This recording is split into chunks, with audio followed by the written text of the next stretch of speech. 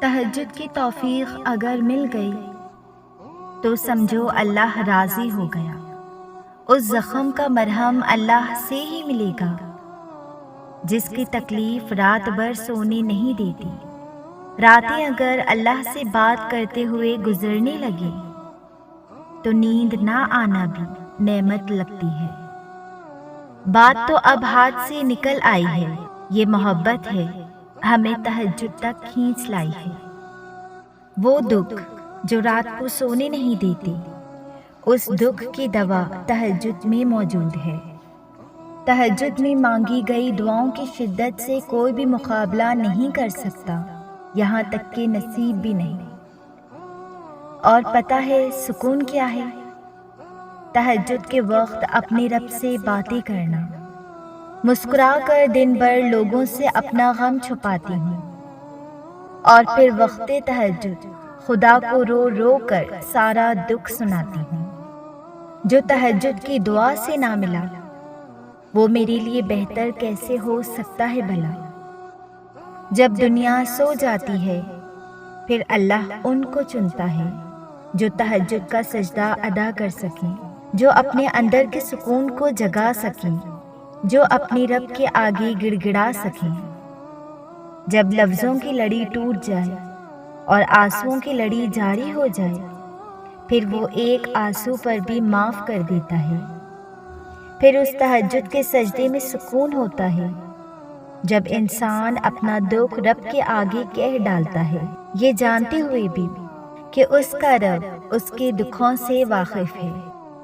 اور پھر جب وہ کن فرماتا ہے پھر کوئی تکلیف نہیں رہتی، کوئی غم نہیں رہتا، پھر سب تبدیل ہو جاتا ہے اور ایک سکون سا آ جاتا ہے۔ تہجد ان زخموں کو بھی بھر دیتی ہے جنہیں وقت بھر نہیں پاتا۔ دکھ کبھی بے وجہ زندگی کا حصہ نہیں بنتی، ان کے لیے تو خاص بندوں کو چنا جاتا ہے، اور جن کو اللہ چن لیتا ہے انہیں منزل بھی چن لیا کرتی ہے۔ غم بھی مرض کی طرح ہوتا ہے، ایسا مرض جس کی شفا سجدہ ہے، اور کائنات پہ کوئی بھی ایسا مرض نہیں جس کی دوا تہجد میں نہ ہو۔ تو پھر جو تہجد میں مانگ لیا جاتا ہے اس کو نصیب کا بھی حصہ بنا دیا جاتا ہے۔ تہجد کی ایک دعا ساری زندگی بدل دیتی ہے۔ اسی لیے کبھی مایوس نہ ہونا اللہ سے کہ میں اتنے گناہ کرتی ہوں، اللہ کیسے معاف کرے گا؟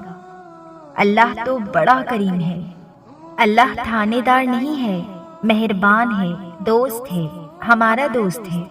اللہ سے باتیں کرو، اللہ سے یاری لگاؤ، اللہ کو دکھڑے سناؤ، یا اللہ میرے ساتھ یہ ہو رہا ہے کچھ کر دینا۔ اللہ سے لاڈ کرو جیسے ماں سے لاڈ کرتے ہو۔ اللہ تو پیار کی چیز ہے نہ کہ ڈرنے کی۔ ہاں ڈرنا ہے اپنے گناہوں کی وجہ سے، لیکن پیار غالب ہو، محبت غالب ہو۔ اور تہجد تو بہت افضل عبادت ہے، تبھی یہ فرض نہیں ہوئی ہے، کیونکہ فرض عبادات تو انسان اکثر خوف سے بھی پڑھتا ہے، یا یہ سوچ کر بھی پڑھ لیتا ہے کہ اس کا روز محشر سوال کیا جائے گا، مگر تہجد انسان ہر ڈر سے آزاد ہو کر پڑھتا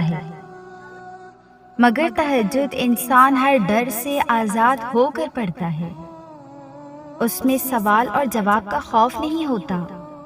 تہجد عشق کی نماز ہے، اور بس یہ سوچ کر پڑھی جاتی ہے کہ آج اللہ سے ملاقات کرنی ہے، آج اللہ سے تب بات کرنی ہے جب سب سو رہے ہوں گے، جب گفتگو کی آواز اور ہچکیاں لیتا ہوا دل کسی کو دکھائی نہیں دے گا، کسی کو سنائی نہیں دے گا۔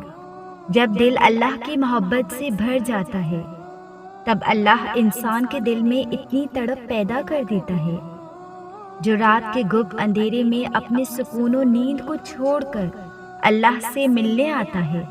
اور سوچو وہ منظر جب تم اللہ سے ملاقات کے لیے اس کے روبرو جاؤ اور وہ پہلے سے تمہارے انتظار میں ہو تو کیا کیفیت ہوگی؟ سارا جہان محبت کے رنگوں میں ڈھل جائے گا، ہر چیز معجزہ لگنے لگے گی اور اللہ کی محبت سے دل یوں پھٹنے لگے گا جیسے سکون سے ابھی جان نکل جائے گی۔ تبھی تو اسے لاڈلی عبادت کہیں گے، اور اس عبادت تک پہنچے جانے والا اللہ کا سب سے لاڈلا بندہ ہے۔ اور بتاؤ کہ جب لاڈلا فرمائش کرتا ہے تو کیا فرمائش کو رد کرنے کی گنجائش باقی رہتی ہے؟